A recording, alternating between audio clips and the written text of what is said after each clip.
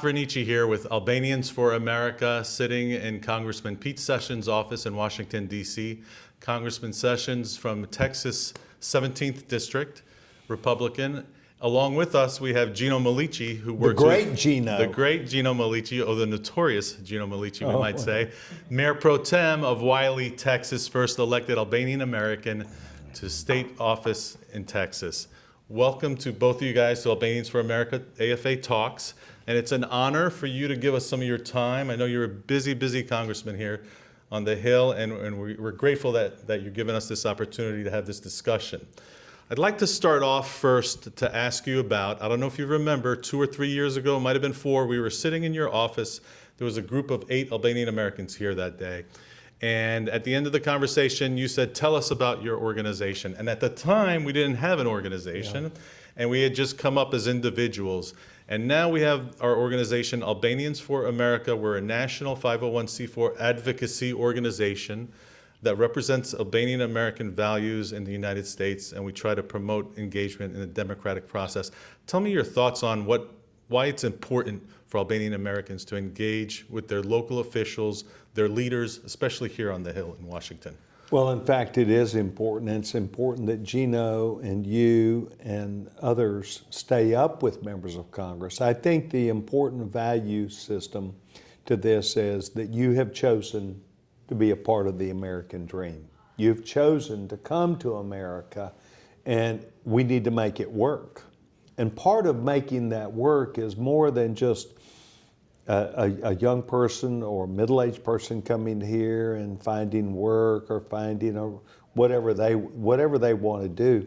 It's also understanding about their children and the community and the heritage which you're so proud of. But it is becoming American, and it is enriching yourself and being a part of the opportunity to express yourself and to even take sides. I'm a Republican, but it does not mean that you have to come and be a Republican or a Democrat. It means that you want to be in the life of your country. What's important there is this country, United States of America, needs to be seen by Albanians as a great partner, as a good country, one that you can sustain each other. And so it's a back and forth. It's not just across the Atlantic issue. It is one that comes to value system. And that's where America does take time to look at the Balkans, to look at the stability of the Balkans, and to try and influence that, because we want you to be free. We want you to have the same types of opportunities that we've got for people who are back home. Why does it matter? Because then you gather together, and it's not 1 or 2 or 3 or 5 people talking to a member of Congress. It's done with unity. And that is where the Albanian community, at least in North Texas that I know and understand, very powerful group of people who care very much about the future of the state of Texas, their future, and the Albanian relationship with the United States. Well, we are a bipartisan organization, and we do believe, we just came from a hearing that Congressman Self was holding in a subcommittee of European Affairs, and the Democrats and the Republicans on the committee all agreed that Kosovo, Albania is a great ally, and it's an issue that they can both come together, especially in today's atmosphere where we see a lot of partisanship. And this is an issue that I think can bring Democrats, Republicans together. And it's part of what Albanians for America tries to give back something to this great country that has taken in our fathers and our grandfathers when they immigrated here, is the principle of the core values of why they wanted to come to this country in the first place. And so for us to be able to see Democrats and Republicans come together on an issue and work together, it's great for, I think, for the country. It's great for our organization. Well, I see you as capitalists. I see you as business leaders. I see you as people who want to be successful, who you want your children to come and be successful here, and you want a good relationship. And so it makes sense to me why it is a bipartisan issue. You're not trying to take sides. You're trying to get into it what's best for Albania and the United States relationship. What do you think about that relationship between the United States and Albania going into NATO? In NATO, Kosovo has aspirations about getting into NATO. Balkans in general, what's happening in Bosnia right now, a little bit, Macedonia or Serbia right now, the Chinese and Russian influence in that region. What are your thoughts on Balkans in general right now? In 2019, I was the United States representative to Romania for the Balkan Conference. And I had an opportunity at that time to sit down and share with leaders from across the region, Macedonia, Albania, Kosovo. And there is an opinion over there about America. And there is an opinion about the influence that at least Russia was maintaining on people.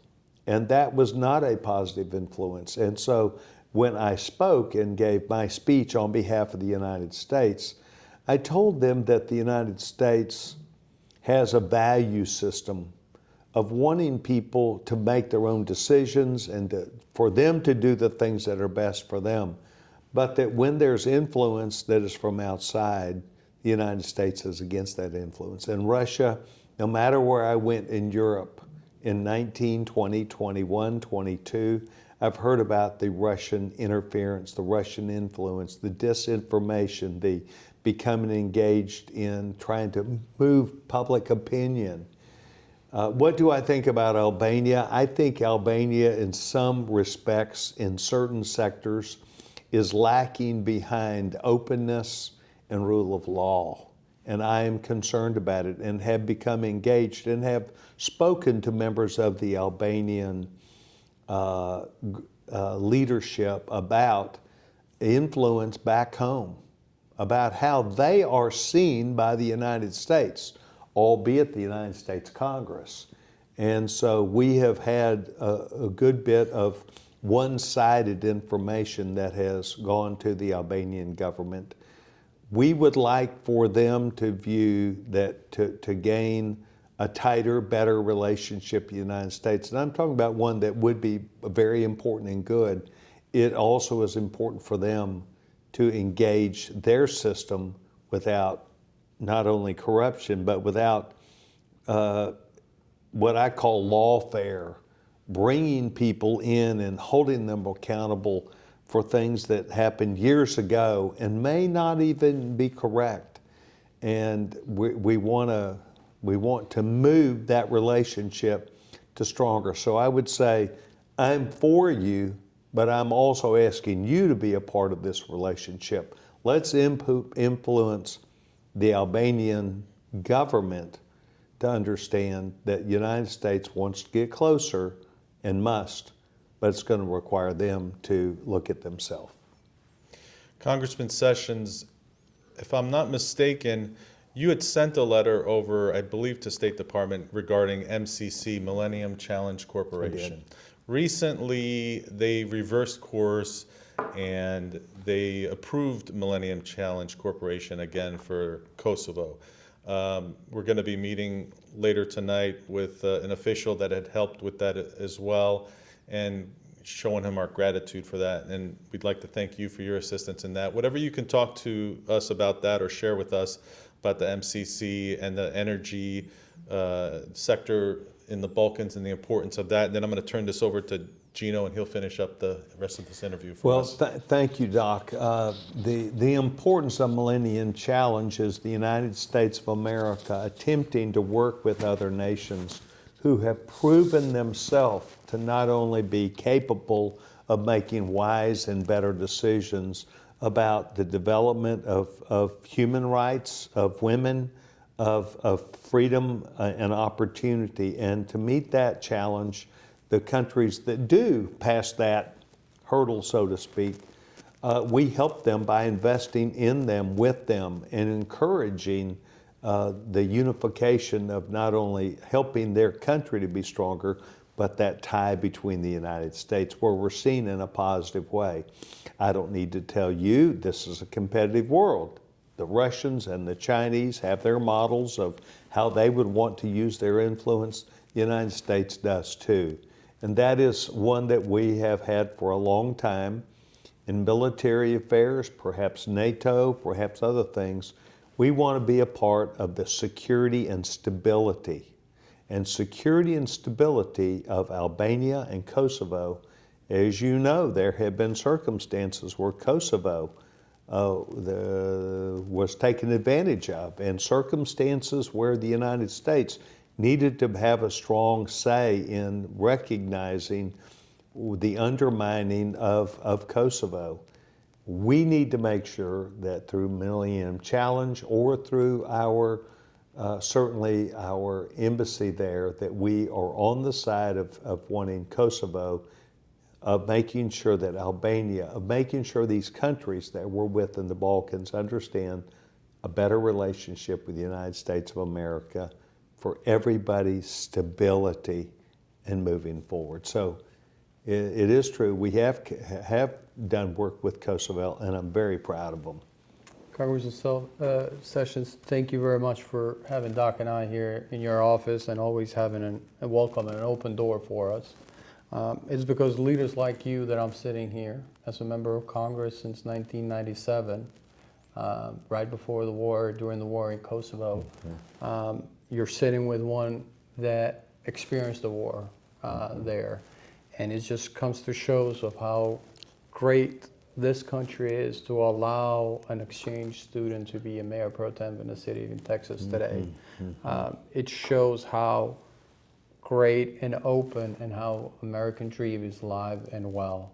And specifically under President Trump, being able to be part of policymaking in the United States for a kid that did not know if tomorrow was given. I just can't be thankful enough to you as a member of Congress at the time and to everything the United States has done for us. With that said, there's so much to do here for our kids and our generations and ourselves here within the United States. So I'd like to talk a little bit more about what's happening within U.S. policy and U.S. politics here in Congress, as well as then we'll dwell a little bit more into some things that you touched with Doc on rule of law in Albania, Serbia sitting on 2 seats in the sense of the word, where they buy ammunition from China and they have all their military equipment mostly from China and Russia, yet they say that they want to join EU and they want to be a part of EU, yet they're erasing Albanian minority in Serbia from the map because they're not home for a small period of time. They terrorize Serbs that want to be a part of Kosovo living life in a sense of the word, being part of rule of law within Kosovo. So I'd like to dwell on that, but I'd like to start with, the American dream and what's happening with our policies here. We know that the border is a lot more secure now since President Trump has come in. But how we're doing with the economy, how we're doing with overall stature here within the United States. By the way, it was both you and Doc that encouraged me to have the great relationship with Kosovo. Thank you. Not only meeting the young president, as one of my staff guys did, where we met her late at night to welcome her to the United States, not only having their ambassador in Wisconsin a full year ago when we brought him in and included them into the life of America. Yeah. But we also need to remember that both of you represent a spirit of accomplishment. And I think that this is the greatest thing that the Albanian youth have. They have leaders that they can look up. They can see your steps of success. They can see how you have brought yourself to be a part of holistically what is the structure in the United States, and certainly in North Texas. And it's my hope that they will, and part of the challenge is that one of your students in high school will come up here and be an intern of ours next summer. Yeah. That the Albanian community could go through any lottery process that they want and support a child, a student who is responsible, mature, or two, responsible, and who wants to engage themselves more in what I call Americanism. I'll be quite blunt. We need you. Our country needs both of you. We need you to be a part of our success. We need you to be a part of our fabric. We need you to be a part of this relationship. But we also look at you that you help us with ties back home to understand more about the struggle that Kosovo is engaged in, not just knowing the president and the ambassador, but knowing the things that are in the best interest of the region, of how you can work together. And each of these things are vitally important. So we do want to talk about our children. We, as Americans, talk about our children all the time. We talk about growing them up. We talk about, in older terms, achievement. We talk in terms about them understanding responsibility. I talk about the two sides of the coin that I think that matter, and one is rights and responsibilities. And in some homes, only rights are spoken about, not responsibilities. We all have a responsibility, I believe, with our children to raise them in such a way where they understand rights and responsibilities. They understand that they should grow up and take care of themselves, that they have a responsibility to God, that they have a responsibility to the law, but they also have a responsibility to take care of themselves and to find meaningful things that will be in their future. And this is the thing that I think that is most important about this association. You're not one or two of you standing up and having a voice. You speak this together. And so it speaks to your heritage, your culture, your really definition of what the future is going to look like. And I have seen this I've represented Dallas for 30 years. I've watched people who have come, who were leaders, who have become what they then call emeritus, because they have perhaps passed on the torch to someone else. It's always hard work, Gino. Yeah. It is never easy work. But you are in your infancy of being able to bring people together, provide real meaningful leadership, and to do this also in the context of Americanism. You didn't get elected because the Albanians elected you. You got elected because you spoke in terms of the things that would be good for the city, the things that would be about the city and the schools and their future and the police, and this Americanism. So that's what we need. And just to add to that, I think it's so important that with the background of an immigrant to be able to be in a leadership position, it's first and foremost starting with respecting the Constitution and the rule of law in the United States. And comfortable with who we are. Comfortable with what we found. And it's about being able to respect the Constitution of, first and foremost, the United States, and second, of the state of Texas where I reside.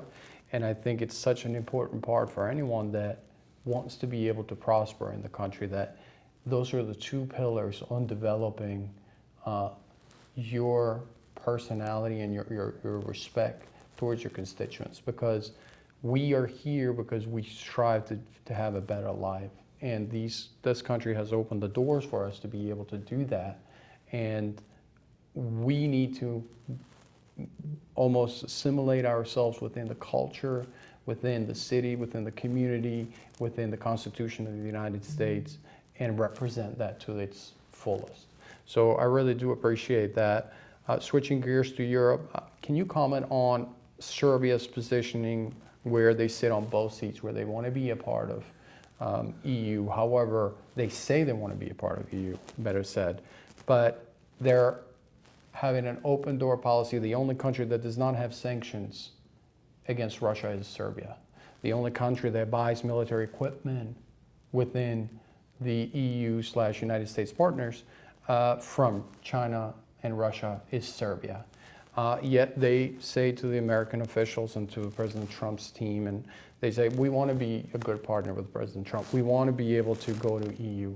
Yet they're doing everything else on the other side of it. How would you comment on that, and what were your thoughts being that? We have seen countries that have sought a relationship with the United States for many, many years, and we have tended to view them that their behavior in that world marketplace is what would be the determination. I believe that if, in light of not only Russia from their past, but Russia in present, that relationship would deter them from me saying they would make a good entrant in the EU. They would make a good entrant into civilization. And it's because when you do business with someone who will bomb civilians, who is an open, belligerent nation to steal children, to wreak havoc in civilian life, to me, is not worthy of that. And we could sit here and say, well, it reminds me of things in the past. No, this is very future. They are doing it with great reliance upon wearing down the Ukrainians. And I am a 100% supporter of Ukraine. And I believe that the region and Europe needs to support that idea. And I think that to come in and support Russia, to buy goods, it helps them with their war effort. And I am not for that. So I would judge them on the content of how they run their business. Appreciate that. And with that said, it's to my opinion that Kosovo and NATO, with a push from the United States, will stabilize that region. And it will take a bullet, per se, from Serbia and Russia and China's chamber, meaning on destabilizing the region by itself. Kosovo and NATO will ensure, as President Trump says, economic development for the region. It will ensure U.S. investments in the region. Mm-hmm. It will ensure ability for people to get jobs, that they don't have to migrate to other countries to get jobs. It will ensure a better life. It will ensure better schooling system, ensure a future for the generations that are, it would be the first generation outside the war that's not been a part of a war. And I think Kosovo and NATO would be something that, we would love for you and congressmen, our friends here in Congress and in Senate, and with President Trump as well, State Department, that Kosovo and NATO, it's a must. It has to happen now, and is the only factor that will deteriorate the malign influences that are coming in from Russia, China, and Serbia. On the surface, what you've said is not just important to the United States, but important to Kosovo because it's a stability angle. And you and I both know that when you grow up and you see power models, it doesn't take a lot for you to figure out how important your dad and mom are in your life. They'll stand there with you. They're there to help protect you. They're there to sustain you. They're there to allow you to grow. The relationship that I think Kosovo is attempting to have, and I think very successful, is to court the United States to say, we've looked around. This is the model we want. And it would be only appropriate for the United States to support them going into NATO. And that is because an attack against any one NATO country is seen as an attack against them all. And we, from time to time, as we're learning with Ukraine, there are people in this world that will take advantage of literally words and circumstances. And they tested, the Ukrainians, the Russians did, they tested, just like Crimea did, the Russians tested American resolve and found a weakness. We need to get behind. So I will consider this as the second or third time that you've actually, both of you brought Kosovo directly to me. You both said, this is an ally, an asset, and important for us. And I've looked at the Albanian community as I meet with people, and I assure them I am there. But we've tried to deliver that, and they have equally back with us. I will be on that. I will be on that. And I think that there are others, including Keith Self, who's from North Texas, who sees the value of strength with the United States and strength in a larger context. And I think it goes with what President Trump administration's tagline is, that we want countries that produce versus countries that consume. Meaning it would create a Kosovo that has used, and we mentioned the MCC program and different programs that have brought Kosovo, but it would create Kosovo an investment hub with a young population, with English-speaking population. It would create a hub for data centers, for power grids. We're second largest reserves of coal, and President Trump likes to say clean coal, which is a great thing. And we have second largest reserves on clean coal in the world. And so how can we translate into a job creation, economic development that will help United States achieve what is desiring with this new AI in the process of really changing the world, and allow Kosovo to be part of that world. And so that's really what I think we're striving for that. Serbia does its own thing, and they have to make a decision, do they want to go EU or they want to go with the malign influences? But I think for Kosovo and the people of it, any help on that sense, I think it'd be very, very thankful. Well, I think the clear relationship for me, the signals that I see, Kosovo wants that relationship with the United States. We need to make sure that they're successful. We need to reciprocate. I think the same thing would be true of Albania. I think that there is some issue in the water right now that is keeping the United States Congress at bay. We're watching the influences on a bipartisan basis of this government and how they treat other people. We talked about it earlier. Come all the way over and be with us. Act more like the United States.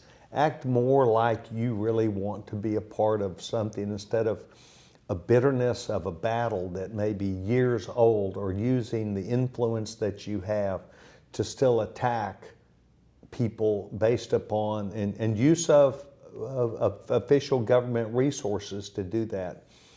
If we ended that, if Albania decided they were going to shelve those ideas and come be with the United States, I think unlimited opportunity would happen from the United States Congress. And just to be clear, you're asking Albania and Albanian government to abide by rule of law, be able to use the judiciary systems that they have in place, and have the people that are going through with different groups and different parts of it that allow the judicial system to work through its due process, and allow people of Albania to separate themselves, and the government of Albania to separate themselves from using different strategies to shut their opponents out or anything like that. I do believe that, but I believe also that while there may be these circumstances that are occurring, I think they're doing it against the real rules and regulations that they were intended to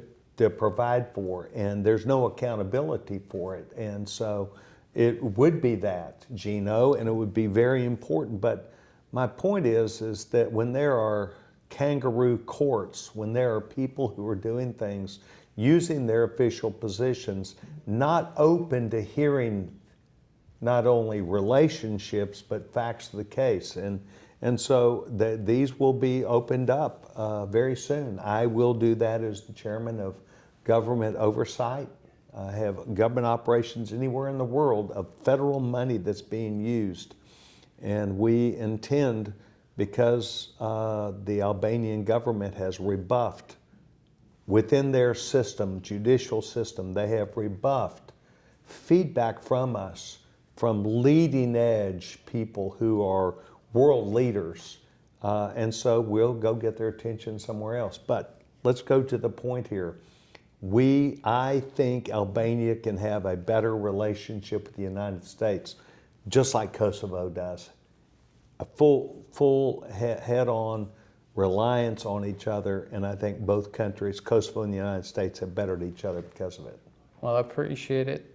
Thank you for your time. Thank you for your efforts. Thank you for listening to two gentlemen from North Texas. I would be reminiscent to end this interview without mentioning Ms. Peaches, who it's probably the better part of the interview overall. Yes. And the family member of your family and our family now. Well, Peaches Sessions is an 85-pound Malamute. She is an animal family member who serves my wife and our family with our security angle that we all view very important, but she's also important to be here in the office. So before, if you want to turn the camera to where you can see Peaches, she is right there. Down with your hand the whole time. Yeah, and so that is Peaches, who is really, she's taken up between Lisa and Doc. I think Doc has done very well here. She is a judge of character that is very important. So I'll leave you with this. I think Miss Peaches, your wife, Miss Karen, and yourself are due for a visit in Western Balkans, Kosovo, Albania, and just seeing the progress and how much people of those parts of the world appreciate the United States, appreciate what you guys have done, and the prosperity that has happened in those parts of the world. It's absolutely amazing coming in 25, 26 years from the war. So I think Peaches would love a visit, especially on our beautiful mountains. well, it would be great. And by the way, I have indicated that I'm very open to it. We were taking this last year to do a number of things to turn our country's circumstances around.